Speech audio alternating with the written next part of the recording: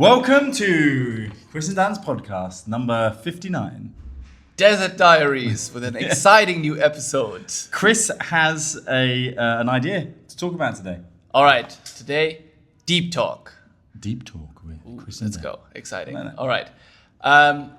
Today's topic is purpose. Oh, herpes. Deep topic.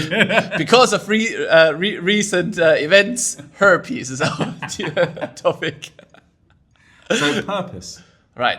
Yes. First of all, Not to be confused by porpoise, similar to the dolphin family. what is what is that? It's like a dolphin. Purpose. First of all, Daniel, what do you think is the purpose of having a purpose? What do I think is the purpose of having a purpose? What's the purpose of having a purpose? Or what's the purpose of finding a purpose? Even? I think men in particular. Oh no, that sounds awful, doesn't it? But I think men are. Sexist asshole. No, it does sound like that. Take But I that think back. men. If you want to call purpose a mission, I think as a man, I like to have a mission.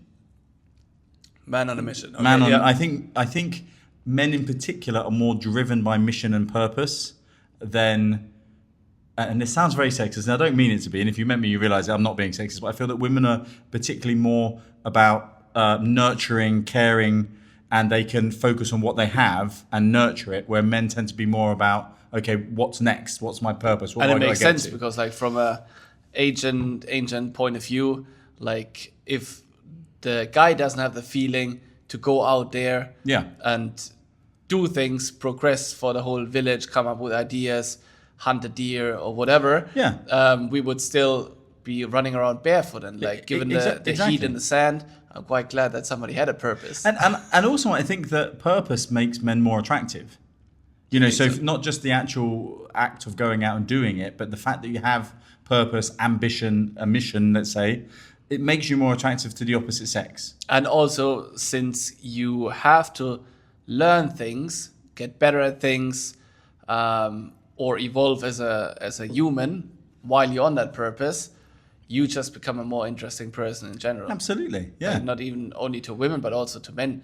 Like, people will think you're actually a more interesting person to talk to. Absolutely. I mean, I'm incredibly interesting to talk to. But to be honest, I also think the word purpose is a big industry as well. Right. I don't think that 50 years ago, men were sitting down on a damn Wednesday night, switching on a camera and discussing what their purpose is. Because I think one of the reasons why this has really been like so hyped, the whole idea of finding your purpose, living with your purpose, is because you have coaches that help you find your purpose. You can buy books that help you discover your purpose.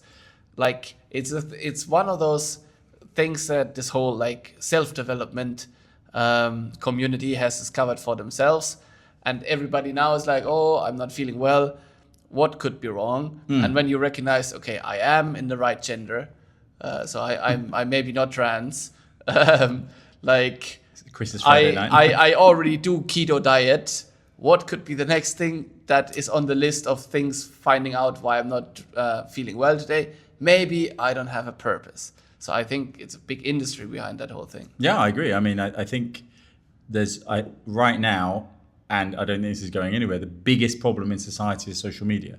Yeah. And obviously we're on social media right now, and a tremendous amount of our business is gained through social media. So it's a needed evil, but it is evil because the thing is, 50 years ago, well, obviously all this didn't exist, and you would gain purpose from supporting your family, or your purpose was driven by your community. You know, after you finish work, whatever it might be, you would come home and I've talked about this before, you go to the local pub and everybody you knew was there, your mates were there. And if you had a problem, you chat with your friends.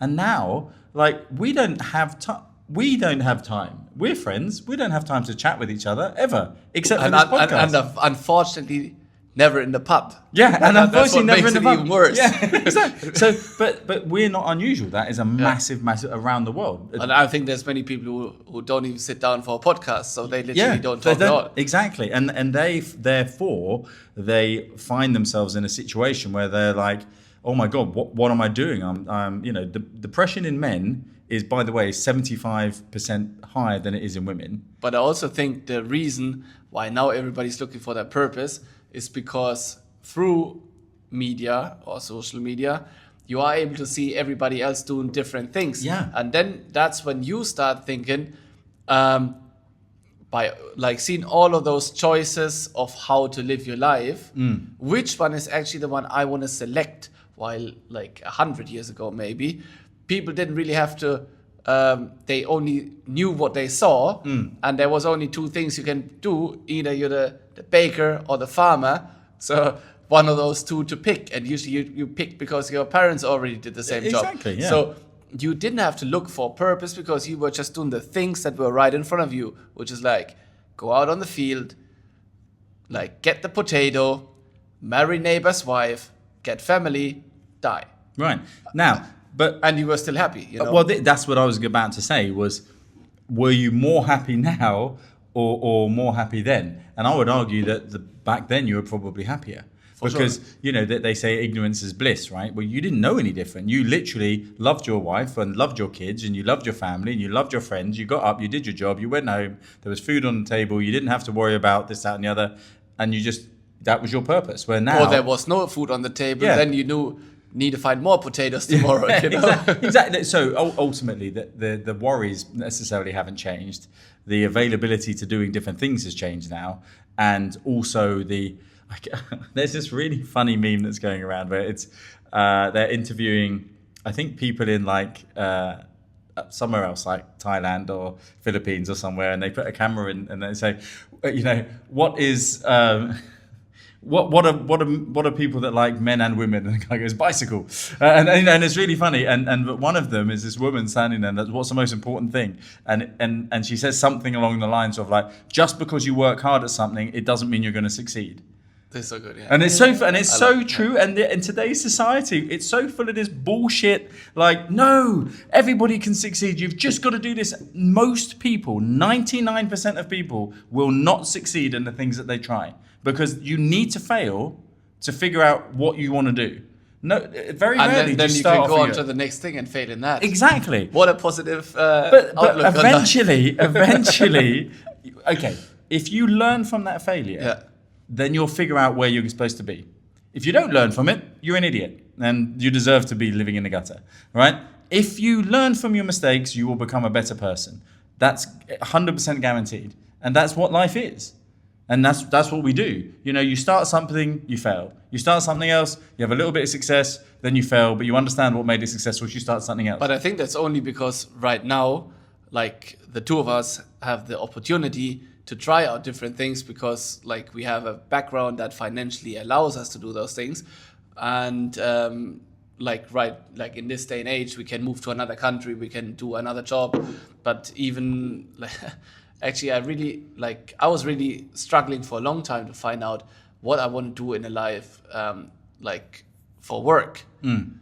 And this topic was constantly on my mind.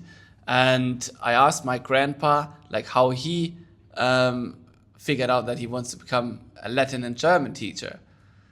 And actually what he said, I think was so good, because he said when they did the yearbook for the final year at high school, they asked him what he wants to be. And then he was like, he didn't really know what. And he was like, well, I'm going to be a teacher, German, Latin. And then after he said it already, he said, might as well do it. Now I told everyone, you know.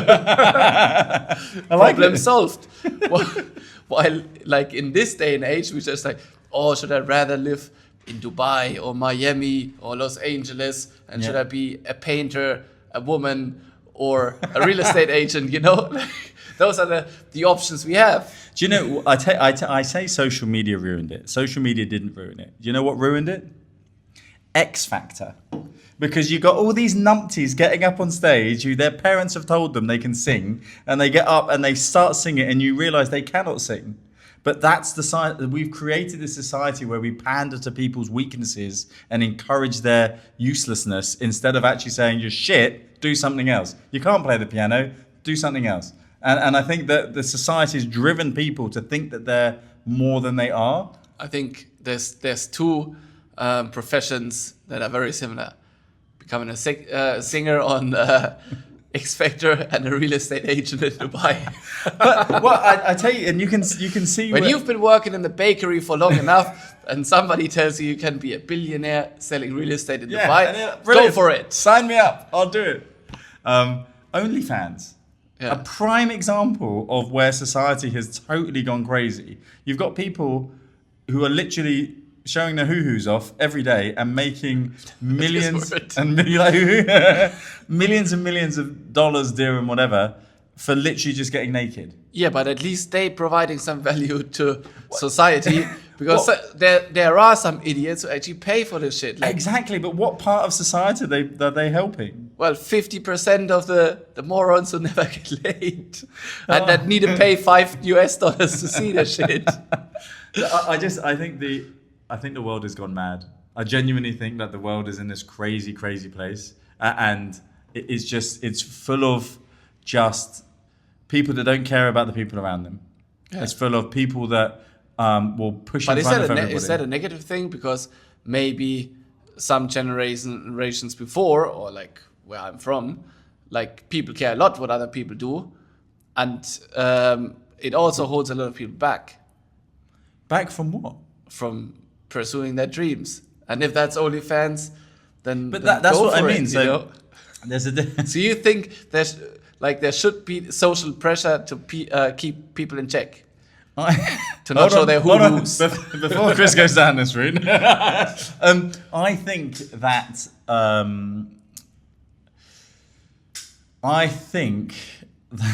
society has laid a foundation using social media and things like X Factor, giving people with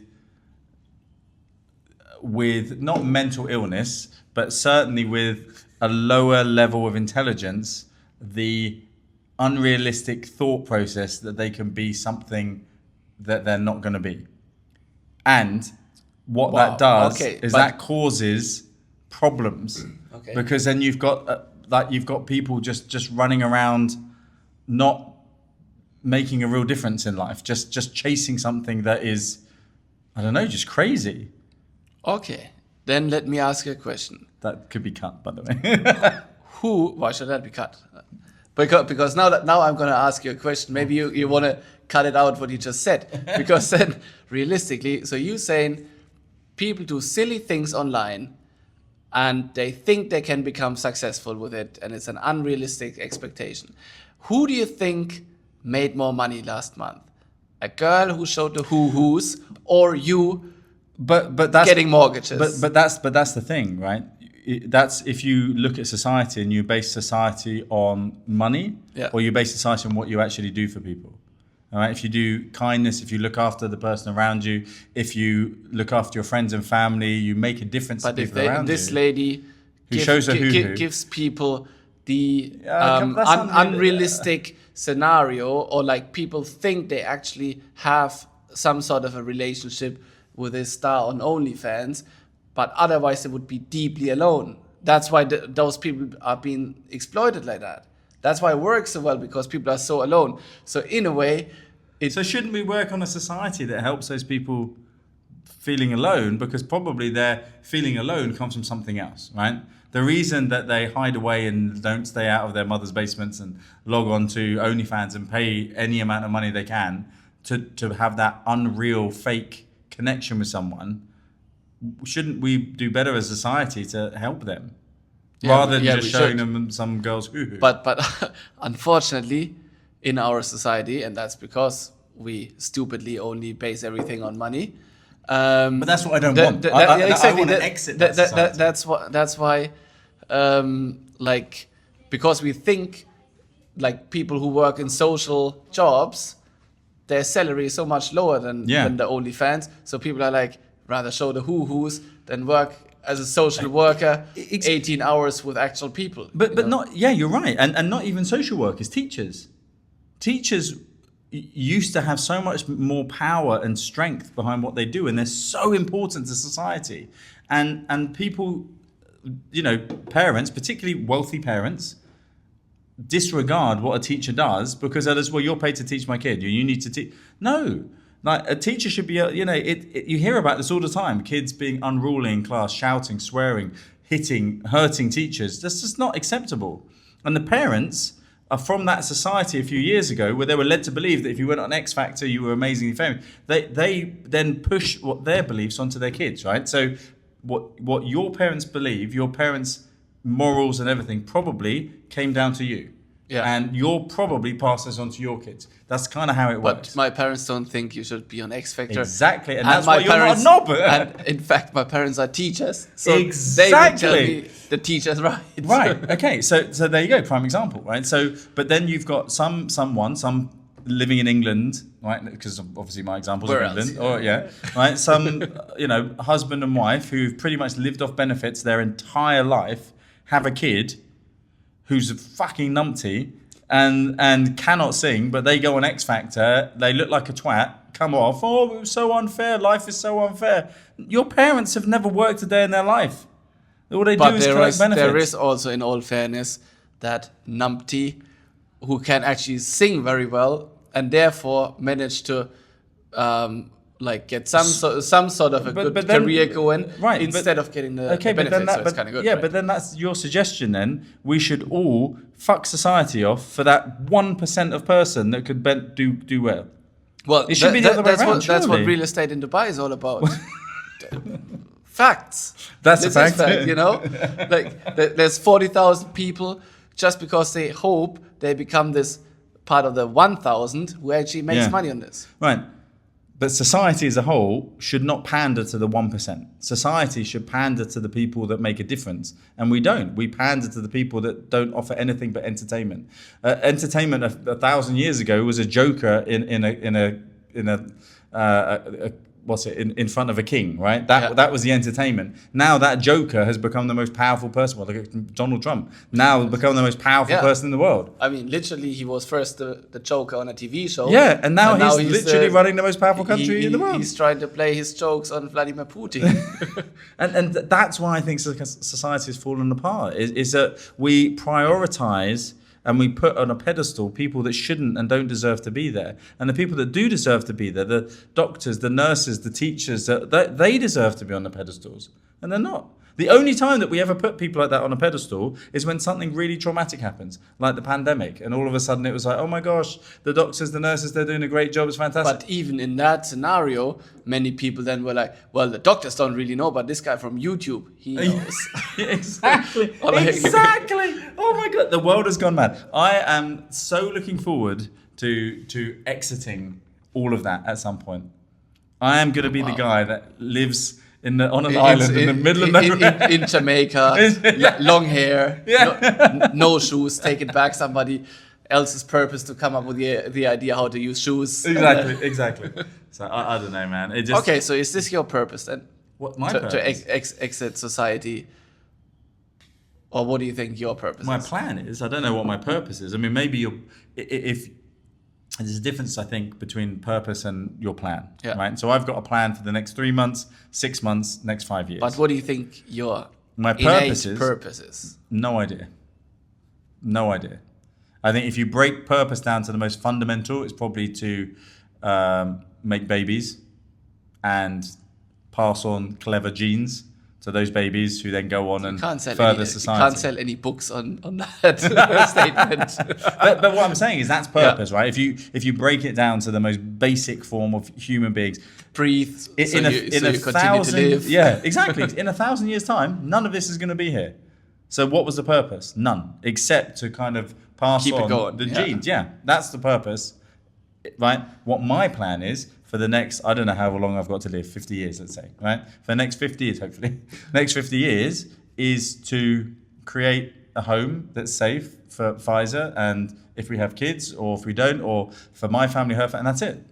That's nothing more major. You want to kick Baxter out, or what? Oh, and our dog, yeah. And dogs.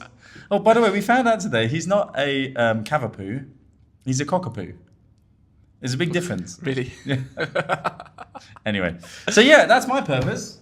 You know, but you're the same as me. You've done and lived in so many different places, right? That I think people get so caught up on the idea that they have to do this one thing, but most of the time it doesn't happen. Actually, yesterday, so I was talking with friends about this purpose thing, and I recognize. Was this in your cookie club? Yeah, cookie club. So in the cookie club, I heard all kind of people like talk about what they think their purpose is, and honestly, I think my purpose is to just like novelty, like learn new things, meet new people, like see different places, and because the thing that I've always been doing, even though I done many things, was that I always wanted to see new things and do exciting things. And I think the most unhappy I've ever been was when I had the feeling I would always have to do the same thing and live in the same place. So my whole life is kind of scripted and there would be no spice in it anymore. Now, is that purpose or is that just what you want to do? I think for sure it is what I want to do, but I mean, there's a difference between wanting to do something and actually doing it. But I also think there's a big difference between what you enjoy doing and your purpose in life. Do you think so? 100%. Because what I want to do, I want to build classic cars and do them by myself and make money from it. And that is what I want to do. But maybe that would be the purpose. And I think the further away you out of alignment with what you really want to do, and I would say that is the purpose, then the unhappier you are. Yeah, but I'm not unhappy. But I think that's... but okay, so I because think... there's many things you do that probably are kind of have similar touch points to the things you want to do. I think that if I noted down things that made me happy, then that would be very different than purpose. Certain things make me happy. For example, if we close a deal, I mean, that's why we're in real estate. I close a deal. I'm like, oh, we've made some money. That makes me happy. Yeah. That's not my purpose, though. That's true. You can't put like big booty Latinas as your purpose. As much as we like that. So, I mean, money, again, shouldn't ever be your purpose in life because money is so fleeting. It can be here today, gone tomorrow. But money doesn't, I mean, this is like that old cliche, right? But money doesn't make you happy. Money gives you options to do things that make you happy. But if you're already a depressed, unhappy person, having all the money in the world won't make you happy. You can't like, doesn't matter how much money you throw at that you'll get a little bit of like, oh, that was fun. And then pleasure. Yeah, like it gets you pleasure, but it doesn't get you happiness. Yeah, exactly. Doing certain things that are really weird make me happy. Like changing the strings on my guitar today. I was really happy doing that. And that is something that doesn't cost very much to do. Putting back another cap on your car's gas tank. Yes, fixing that. Jesus Christ. Oh, by the way, the Range Rover's in the shop again. Yeah, I actually almost missed the house. Yeah, because like, I never know which number it is.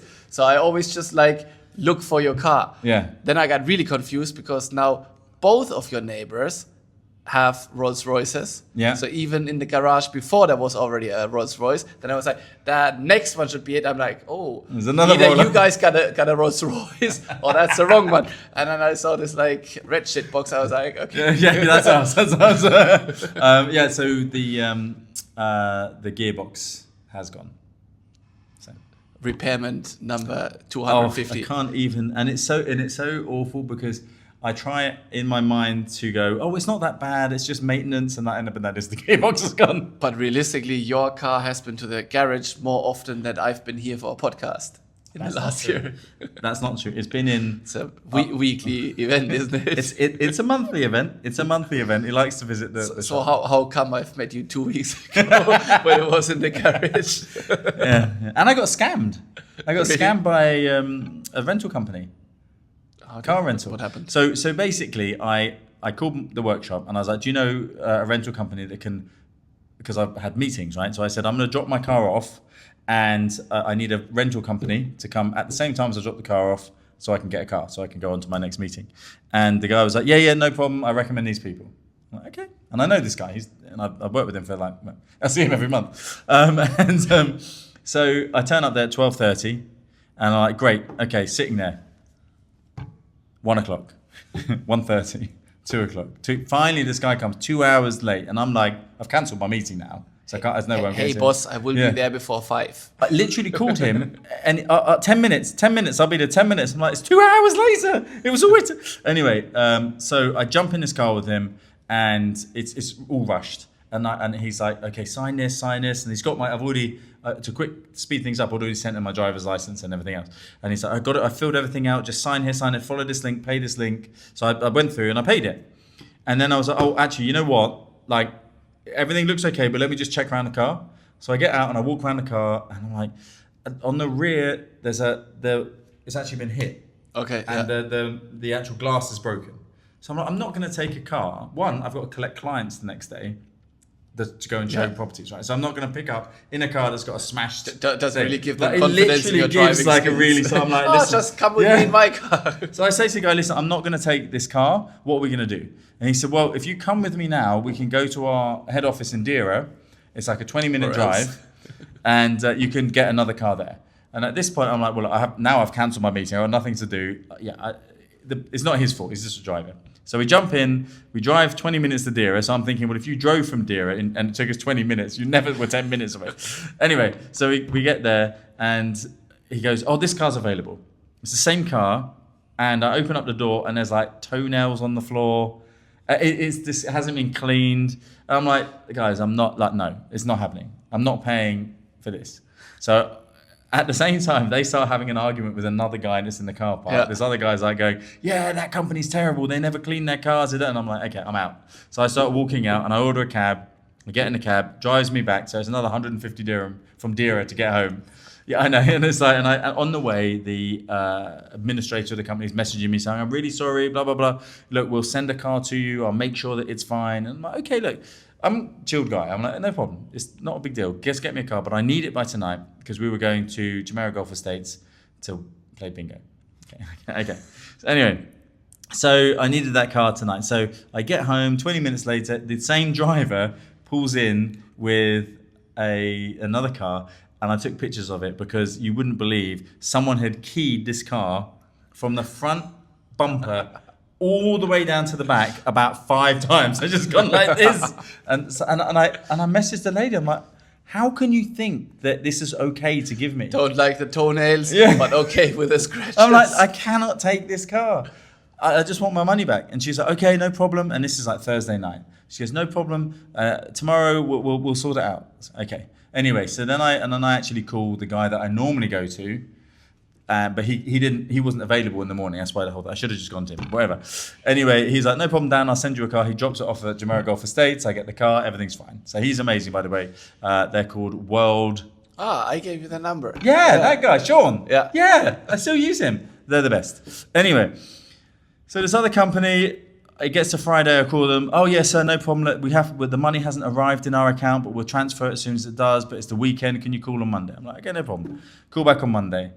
Yeah, no problem. I'll get it done. Call me back in half an hour. Okay, call back. No answer. Why do you have to call back? Yeah, no answer. Just Tuesday, the money nothing. back. Wednesday, nothing. Now, I can't. This is the 14th. Right? We're going on since the 14th. I end up going today and saying to them in a message, explaining everything. I said, if you don't respond within 24 hours, I'm calling the police and I'm lodging a complaint with customer rights, and I've got all your details, so you need to get this done. And then they finally say to me, send us a copy of the receipt, and then I haven't heard from them again. That was this morning.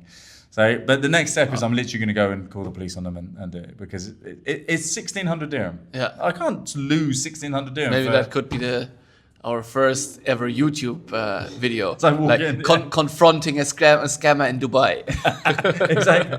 The funny thing is, I was telling Dog the Bounty Hunter. I was telling a friend of ours, and that in Dubai you're always very worried about like causing a scene, right? You don't want to be that guy. If it was England, I'd be straight in there, but with a baseball bat already, exactly, like a couple of mates behind me, that key car would be the nicest one on the. Well, I'm wondering. Front yard. Probably this is why it happens, right? Maybe. Yeah. So anyway, I was telling a friend of ours who's Emirati, and of course he's like, we'll go straight in there. Take me with you. We'll get you your money back. They'll give it to you cash. And I'm like, I'm then getting scared. Like, okay. So yeah, that's happening. Yeah. What a beautiful story to like finish this podcast. Yeah. So anyway, purpose. My purpose is getting my money back from the rental company.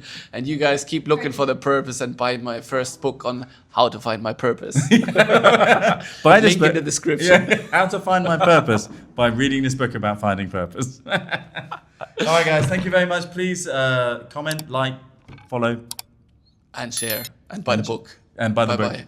Yeah. Bye.